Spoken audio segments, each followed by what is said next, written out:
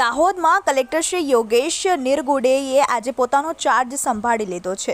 બદલી પામનારા શ્રી ડૉક્ટર હર્ષિત ગોસાવીએ તેમને સૌજન્યતાપૂર્ણ રીતે કલેક્ટર કચેરીમાં આવકાર્યા હતા અને ચાર્જ સોંપ્યો હતો. શ્રી યોગેશ નિરગુડે મૂળ મહારાષ્ટ્રના વતની છે. તેઓ ભારતીય સનદી સેવાઓમાં જોડાયા છે.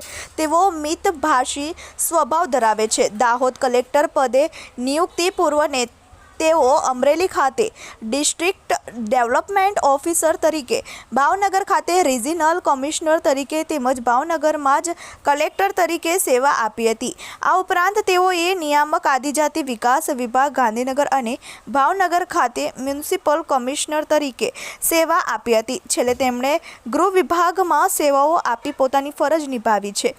પોતાના આટલા કાર્યકાળની સેવા દરમિયાન તેઓની હવે દાહોદ જિલ્લા કલેક્ટર તરીકે નિમણૂક થતાં તેઓએ આજે દાહોદ જિલ્લાનો ચાર્જ હાથમાં લીધો.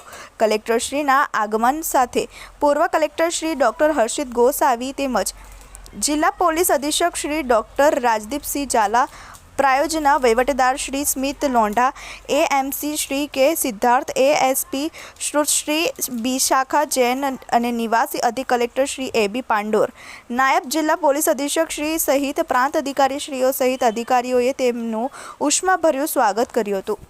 જેની શેખ, TV18 ન્યૂઝ, દાહોદ.